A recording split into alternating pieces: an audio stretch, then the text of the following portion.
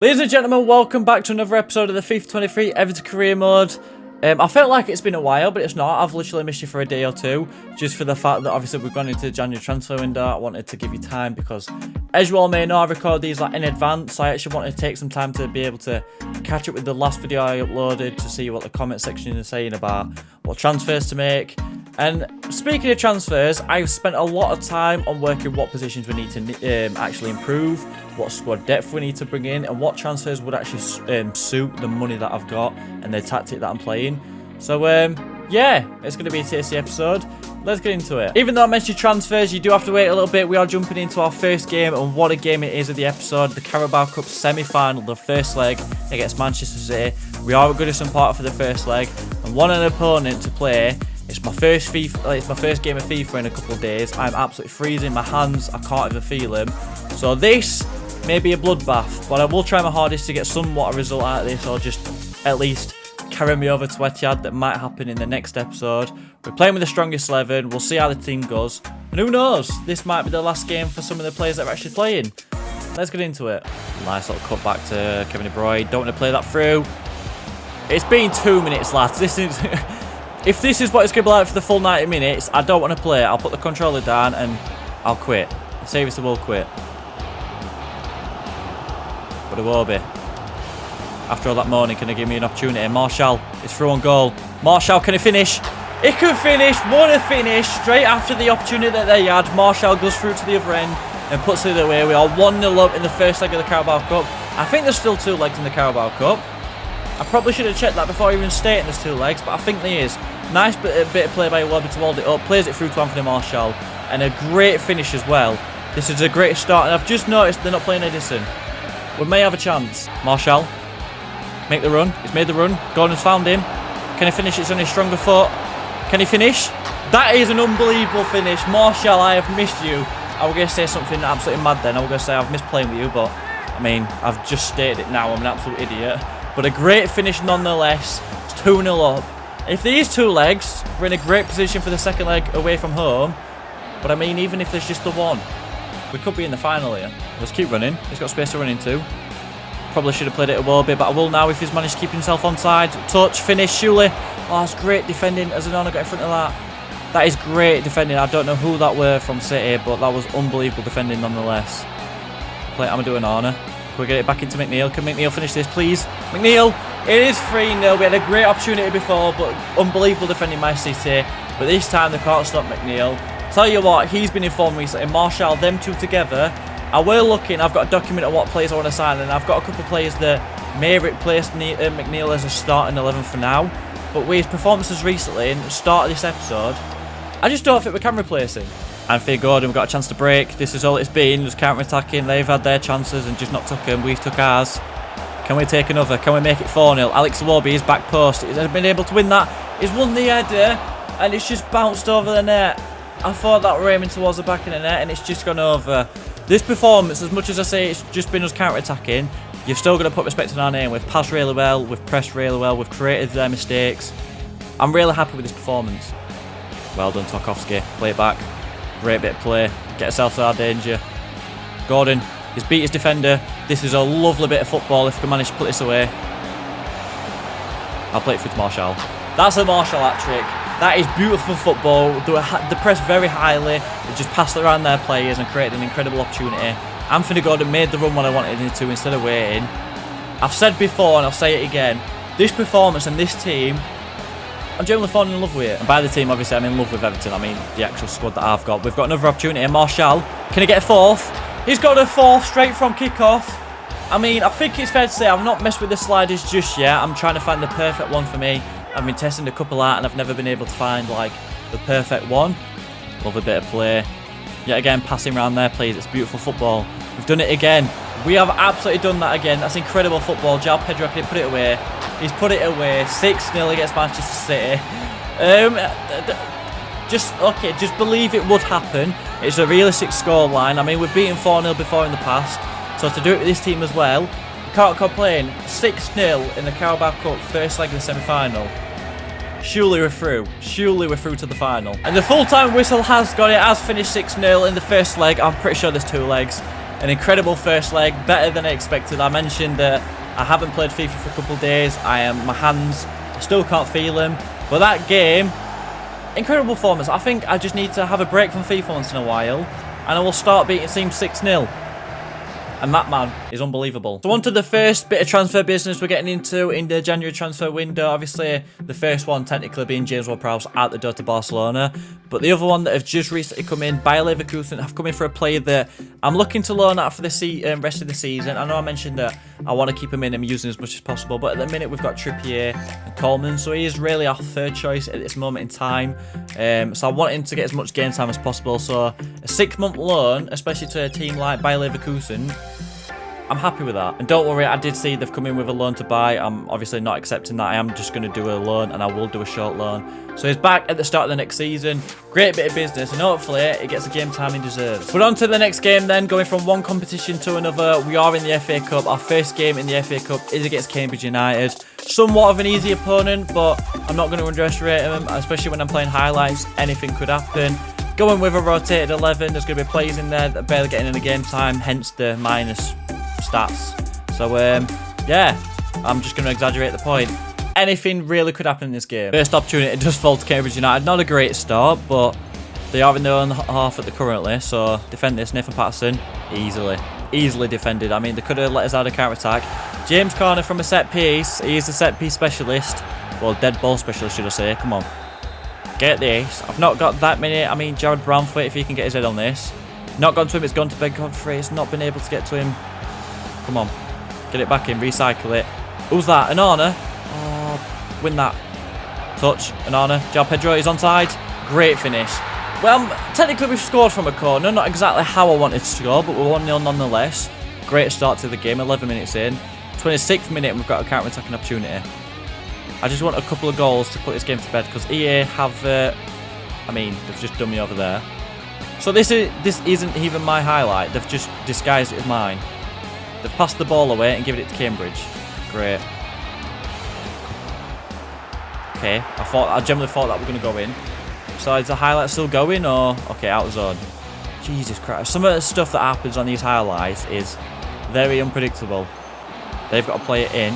Can I get to Ben Godfrey? I can. I'll get back to Nkunku. Ben Godfrey. Well defended. I'm pretty sure that was down to me. I managed to drag him back, get him in the right position. He's managed to cut it out. Still 1-0 up. I mean, like I said, anything could happen. EA love to put a hidden goal in there that we'll never see. Defend this. Yes, Jarl, Virginia. Beautiful. Everton counter-attacking opportunity. Have we actually got the ball this time or are they just going to give it away? I'm pretty sure we've got it. Anthony Gordon got a lot of space to run into. João Pedro. If you want to beat your defender or you're just going to stand there. Never mind, Anthony Gordon will do it. Never mind. This bloke's just got a bunch of pace out of nowhere. Everton attack 60th minute. I'm waiting just for Cambridge to sell 1-1 in a goal that I've just not even seen. Okay, that's a great tackle. Tried to take it around him. Is it 1-1? No, it's still 1-0 to us. Counter-attacking opportunity. We're getting a lot of these, but I'll take them. We just can't manage to put them away. Thank God we got the early goal. João Pedro. I'll try and get it to him. It's gone to him. Not exactly how I wanted, but it's gone to him nonetheless. Play it over the top. João Pedro. Can't get an end of that.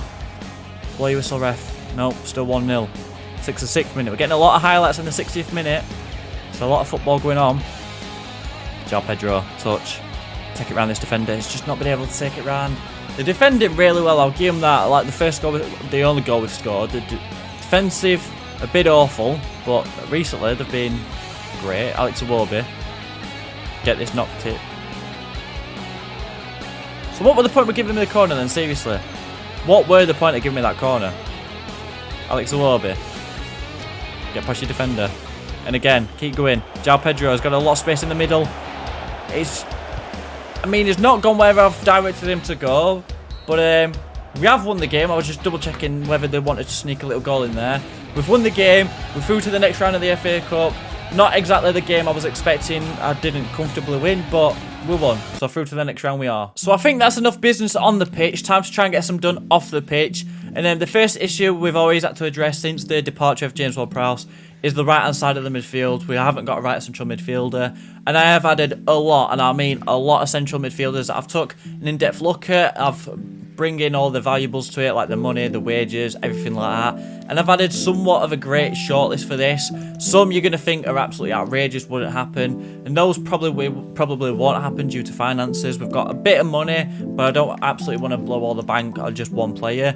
So I'm going to take a look at all of these. I'm just scrolling through the players you can see. I'm going to take a look at all of these, add up how much they actually are going to cost me, try and get a deal done for every single one of them. And whoever works out to be the best deal, probably sign. Right, so as mentioned, we actually have gone in for each and every single one of the players that I'm looking for as a right central midfielder. I've gone in for them, tried to get their best deal possible, and I've just got them lined up all here, just to have a look which one would be the best deal and which one would work out to be the best deal for the actual tactics and everything like that itself. So here are all the players that I've gone in for. A couple accepted, one just waiting, which I don't think I'm going to accept, and then two, which I'm absolutely gutted about, I wasn't able to get done. But the first one being that we actually got done was James Maddison. I mean, does it really need any explanation? He's a great player, very underrated. I mean, the amount of years he's had at Leicester has been phenomenal. Should really push into the England side. He's gone to Serie A in this save. I would love to bring him back. And if we did sign him, my idea would be have him in the left-hand side where Iwobi is as a left-hand side cam, and then bring Iwobi just a little bit deeper as like a box-to-box midfielder. That's my thinking behind that. Joelinton, pretty much an easy fee, £10 million. Sorry, I didn't even mention James Maddison. £48 million, so not as bad as you probably think it would be. Joelinton, I mean, cheap transfer, £10.5 million or £10.9 million. Central midfielder. It would be a backup option. It wouldn't start, but it'd be a great squad depth for a central midfielder and a striker. So we're just killing two birds with one stone. Renato Sanchez, a great fee for him, by the way. £39 million for the player he is potentially has got. But the thing that puts me off him is at PSG. He is getting game time, and obviously PSG, big club, probably going to win the Champions League. I mean, depending when we get knocked out or if we get knocked out. So I'm not too sure whether that'd happen. Billy Gilmore just seems really realistic to me. We've got Frank Lampard in charge. I know Frank Lampard is a massive fan of Billy Gilmore, and I'd bring him in just to be a backup option and to grow. I'd probably sell someone like, I don't know, Tom Davies maybe, or someone like that. So he'd brought in for squad depth for now, unless he obviously grows. One that you're probably looking at, like, why the hell is he on there? Granit Xhaka. My idea behind this, I've got him for £10 million. He's solid defensively. We can have him as a backup to Kevin Phillips, and then we can like put James Garner up for loan and let him get more game time. Because at the minute he's barely getting any game time, and he deserves more game time. I want him to grow because I do want him to fit into that starting 11 soon. So that's my thinking behind that. Ruben Neves, he would have been great. He's a great player. I rate him highly. He's very highly rated on FIFA. £60 million, that's what it's stalled at, but I doubt we're going to get him for that. I just feel like his pace, it's not the pace that I'm looking for the right-hand side. I do want a bit of pace. That's why I think Maddison would be the best deal for the left-hand side and bring Iwobi with a bit more pace on the right-hand side. And the one that I'm probably gutted about the most, probably like the most unrealistic, Martin Odegaard. Massive fan of him in real life, and I would love to bring him back. I say Arsenal are in, I think they're in Europa League on FIFA. I don't think they make top 4. So I think it would have been fitting for us to bring him in, but they rejected £70 million. They wanted something like 140, I believe. So unfortunately couldn't make that deal happen. And then another one, Sandro Tonali. Yeah, again, probably would have played him at that right central midfielder because he is great offensively and defensively, so he'd fit perfectly. But they wanted like £140 million, and that's like the budget spent. So I didn't really want to do that. So after all that explanation, I think I've already narrowed it down to what player I want to sign, and it would be James Maddison. It just depends. I mean, it's on 71k a week, which isn't bad at all. It's just kind of will be really work as that box-to-box midfielder on FIFA anyways. And I caved in. I got the deal done. James Maddison is now officially an Everton player. I can't remember how much exactly it was, but he only wants 58k a week. How cheap is that? Brought him back from the Serie A to the Premier League. Hopefully he tears it up like he's been doing this season for Leicester. He's such an underrated player. I think he deserves a go in the England team. And I'm probably going to release a video of who I think should go in the World Cup. And a hint who probably should go. But great signing. I'm really happy with it. Whether Iwobi is going to work as the box-to-box midfielder on the right-hand side is still yet to be seen. But for the price I've got him at, for the wages he wants, and the quality player he is, I'm really happy with that signing. With that deal done, I've kind of just eliminated the rest. I don't think none of them deals are going to go through, and now we've got James Maddison. There's no point spending cash on players that I don't need. But the one that I have left that you can see on your screen, Granit Xhaka, I really convinced myself by talking to myself about the whole sending James Garner out on loan, and they've got Granit Xhaka as a backup. But also thinking about it now, I could probably just use Onana as a backup and still send James Garner out on loan. But at the same time, I could do with sending Onana out on loan as well to get more game time. I don't know what to do with that, so I might leave that one for you lot to decide on. I know it's going to be a very, controversial one, but I just think, he's old. Well, not old, sorry, that's very disrespectful. He's a veteran in the Premier League, he's in great form in real life, and he probably would accept being a rotation player. But yeah, let me know what you think about that one. So another position that I've actually got in this spreadsheet that I would like to improve on, it's not crucial because McNeil's been unbelievable form recently, just kind of gave it away, but the left wing position for me, if I can sign someone that is pretty much double the player McNeil is, then I'm all for it. But if it's just like a tad bit better, or if I can't get someone that's a squad depth option, then I don't see any point in spending the money on, especially when McNeil might be not the best overall on FIFA, but he's been in unbelievable form for me, so what's the point of improving that? But some players I've got in, if I can get one of these players in, well, some of them, then it'll be a massive deal, and it'll be one that I'd happily get done. But whether I can get him done is another thing. I'm going to try the same, going for each and every single player, see who works out to be the best deal, and see if we actually do spend some money on a left winger. Here are the players I've actually gone for. You probably may have seen a couple more on the shortlist, but I've just decided not to go for them for many reasons. So I've gone for 3 players here that I think would be huge signings for that left wing position. Because like I've said, if we're not going to go with a huge player, then there's no point going for one at all. So Jack Grealish, one I was looking for in the summer transfer window, and I wasn't able to get done because I wanted too much of a ridiculous fee. Managed to get it down for 36 million, which would be huge for me to sign him. But at this moment in time, my doubts are that he's playing for a City team that is currently top of the Premier League and that's looking to win the Premier League. So I'm not too sure whether it'd be a great move to make. Federico Chiesa, an insane player. I love him. He has been one of my favourite players on Football Manager. So that is probably part of why I've gone for him. 87 rated, you can't really complain at that. But £80 million, that is a lot of money. Yes, I've got it for under his market value, but that is the majority of my budget gone. Which, fair enough, granted, I don't need that much of my budget left because there's not many positions I need to improve on.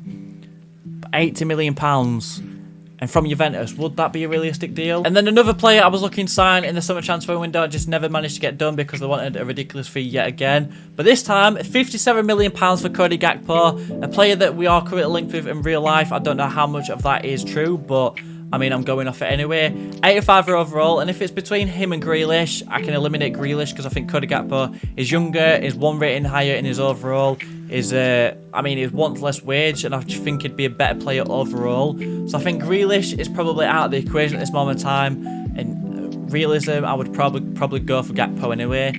But then it's the Chiesa deal. It's really tempting me. He's a great player. I love him on Football Manager, so we've got that bit of connection. But I'm looking at his wages as well. It's a lot of money. Let me look at my finances. We've got £133 million to spend. So if we do get Kierxn, that's a large chunk of that. We have got a lot of budget, so that's not an issue. But the finances, the current budget, it's a lot of our budget gone if we sign Kierxn. It's a massive signing, and I did want to say, if we are improving McNeil, I do want to go big. But is Kierxn too big? Let me look at where they are in the league. They are currently top of their league as well. I don't know if I can do it. I really want. Let me see where they are in Champions League. If they're knocked out of the Champions League, that might entice me back in for the deal. But I'm pretty sure they're still in it because didn't they get Bayer Leverkusen in the knockout rounds? Yeah, they did. My memory's spot on. I don't think I could do the Chiesa deal, as I really can't. £8 million. I really want to do it though. And this is a player I've gone for. As you can see, if you can't tell already, I have gone for Chiesa. It's a lot of money spent, and if you're all shouting at me saying that is not realistic, I don't care. I'm in the knockout rounds of the Champions League. We've got Real Madrid coming up. I had the money for him. It's the one time that I've just kind of took realism out the window and just gone for a player that I really wanted.